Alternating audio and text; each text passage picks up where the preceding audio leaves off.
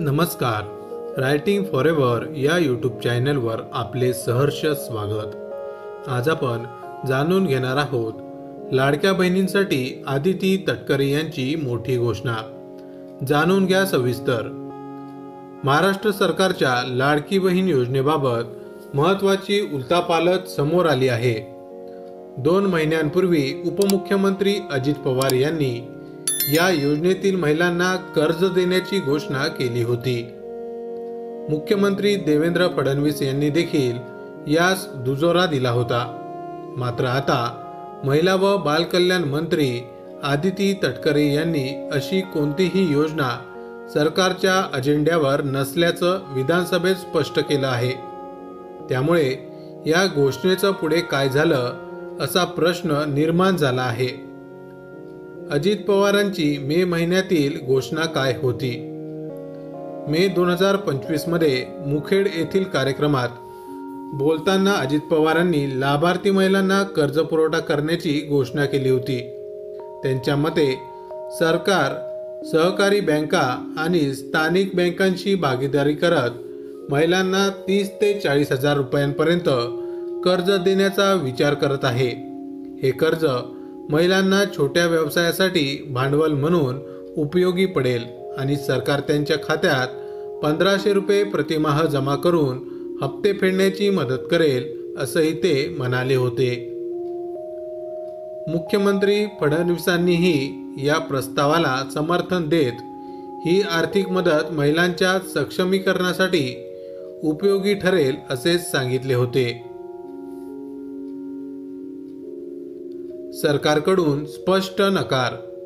मात्र नुकत्याच पार पडलेल्या पावसाळी अधिवेशनात या संदर्भात विचारणा झाली असता आदिती तटकरे यांनी विधानसभेत लेखी उत्तर देताना स्पष्टीकरण दिलं की सध्या अशा स्वरूपाची कोणतीही कर्ज योजना सरकारच्या अजेंड्यावर नाही. लाडकी बहीण योजनेअंतर्गत वितरित निधी. तटकरे यांनी योजनेबाबत माहिती देताना सांगितले की 2025-26 या आर्थिक वर्षासाठी लाडकी बहीण योजनेसाठी एकूण निधीची तरतूद खालीलप्रमाणे करण्यात आली आहे. सामान्य गटासाठी 28,290 कोटी, अनुसूचित जमातींसाठी 3,240 कोटी, अनुसूचित जातींसाठी 3,960 कोटी. हा निधी संबंधित खात्यांमार्फत वितरितही करण्यात आला आहे. हप्तावाढीबाबत अजून मौन. अनेकांनी अपेक्षा व्यक्त केली होती की लाडकी बहीण योजनेत मिळणारा हप्ता ₹1500 वरून ₹2100 करण्यात येईल. मात्र तटकरे यांच्या उत्तरात या संदर्भात कोणताही उल्लेख नव्हता. त्यामुळे महायुती सरकारच्या निवडणुकीपूर्वीच्या आश्वासनांबाबत प्रश्नचिन्ह निर्माण झालं आहे.